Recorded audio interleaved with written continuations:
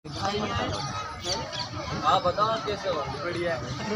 हम अपनी जान के दुश्मन को अपनी जान कहते हैं, मोहब्बत की इसी मिट्टी को हिंदुस्तान कहते हैं, हिंदुस्तान कहते हैं। जो दुनिया में सुनाए दे उसे खामोशी कहते हैं और जो आंखों में दिखाई दे उसे तूफान कहते हैं। परम सम्मानीय मंत्री प्रधानाध्यापिका जी, मेरे समस्त अभिभावकगण एवं मेरे प्रिय भाई और बहनों तथा सभा में उपस्थित सभी गणमान्य व्यक्ति, मैं वर्षा लोधा देश प्रेम और राष्ट्र निर्माण पर अपने कुछ विचार आप सभी के साथ साझा करना चाहूंगी। आजादी, आजादी का असली मतलब वही समझ सकता है जिसने कभी गुलामी की हो। हम सौभाग्यशाली हैं कि हमने स्वतंत्र देश में जन्म लिया है। यूं तो आजादी की लौ 1857 में ही जल चुकी थी, जो वर्षाल बनकर 1947 में हमारे देश को आजाद कराई। मध्यकालीन, वर्तमान और प्राचीन भारत के उदाहरणों से स्पष्ट कराना चाहूंगी कि जब हम फिरंगियों के पैरों में फंस गए थे तो रंग दे बसंती चोला की एक आवाज पर टोलों के टोले उमड़ाते थे, जिनके वंदे मातरम की गूंज से गूंज में आने वाला 5-5 डिग्री का तूफान अंग्रेजी शासकों की जड़ों में तूफान ला देता था। लोग मर जाते थे, मिट जाते थे, फांसी चढ़ जाते थे, तो वो भी अपनी देशभक्ति साबित कर रहे होते थे और ये उस दौर की देशभक्ति की कसौटी हुआ करती थी।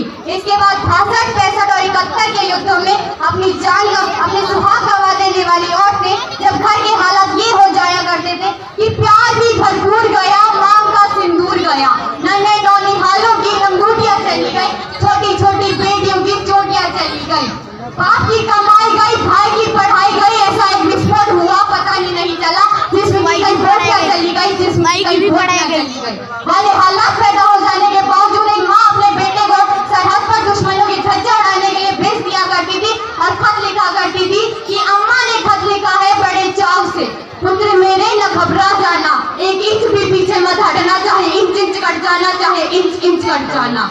इस तरह पूरा परिवार अपनी देशभक्ति साबित कर रहा होता था। उस समय देश बलिदान मांगता था, तब देश लड़ जाने को, मर जाने को, मिट जाने को कहता था, किंतु आज देश लड़ जाने को नहीं कहता, आज देश मर जाने को, मिट जाने को, फांसी चढ़ जाने को नहीं कहता। मैं नहीं मानती फेसबुक, व्हाट्सएप और इंस्टाग्राम की डीपी को 3 रंग में रंगना ही देशभक्ति है। और यदि आप कहेंगे कि साल में हाथ में 2 बार तिरंगा ले लेना देशभक्ति है, तो मैं पूछना चाहूंगी कि फुटपाथ पर ट्रैफिक की छाव में वो बच्चा नंगे पांव जब तिरंगे बेच रहा होता है तो क्या आप उसे उसकी देशभक्ति कहेंगे? ये उसकी देशभक्ति नहीं, उसके पेट के भूख की शक्ति होती है, क्योंकि न मस्जिद को जानते हैं न शिवालयों को जानते हैं, न मस्जिद को जानते हैं न शिवालयों को जानते हैं। जो पेट के भूखे होते हैं ना, अगर तू करूंगा है तो ये संख्या देना है, भाईचारे को रहना है तो रहना, वरना ये कभी भी कब्रिस्तान देना है, ये कब्रिस्तान देना है। वो युवा जिसके ऊपर जिम्मेदारी थी अपने देश, अपने समाज, अपने राष्ट्र की आशाओं को बांधे रखने की, वही युवा 4 बाई 4 इंच की स्क्रीन पर अपनी कोमल उंगलियों की घर्षण मात्र से अपनी भावनाओं की मोदी भेज रहा है। 4 बोतल वोट का काम में रोज सारे भारत का भविष्य तबाह कर रखा है ऐसे लोगों ने। हमें ना एक ऐसे समाज में रहते हैं जहाँ पत्थर की मूर्त को लगते हैं 56 भोग और भूखे नंगे तड़पते सड़कों पर सो जाया करते हैं लोग, और भूखे नंगे तड़पते सड़कों पर सो जाया करते हैं लोग। मजदूर को मजदूर समझिए, मजबूर नहीं।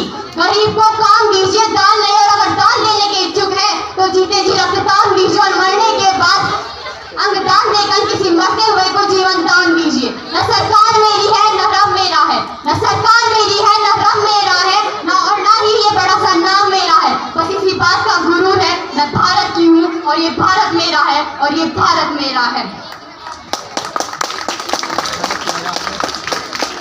बड़ी वैचारिक बीमारी मुझे हमारे समाज में नजर आती है। कहा जाता है हम दुनिया के सबसे बड़े लोकतांत्रिक हैं, जहाँ हिंदू पैदा होते हैं, मुसलमान, सिख और ईसाई पैदा होते हैं, पर बदकिस्मती है अब इंसान पैदा नहीं होते। और मेरे विचारों में न हिंदू की जरूरत है न मुसलमान की जरूरत है, राष्ट्र निर्माण के लिए केवल अच्छे इंसान की जरूरत है, केवल अच्छे इंसान की जरूरत है। जरा सोच कर देखिए, ये पेड़ पौधे और शाखाएं भी परेशान हो जाएंगी अगर परिंदे भी हिंदू और मुसलमान हो जाएंगे, अगर परिंदे भी हिंदू और मुसलमान हो जाएंगे। हमारा राष्ट्र निर्माण तब संभव होगा जब हमारे समाज में महिलाओं की पूजा नहीं, उनकी इज्जत की जाएगी। हमारा राष्ट्र निर्माण तब संभव होगा जब स्वच्छता अभियान में केवल सरकार नहीं बल्कि सड़क पर चलने वाला हर नागरिक स्वच्छता अभियान में अपना हाथ बढ़ाएगा। बड़ी बड़ी बातें नहीं, छोटी छोटी कोशिशें करनी होगी, क्योंकि ठोकरें पहाड़ों से नहीं पत्थरों से लगा करती है।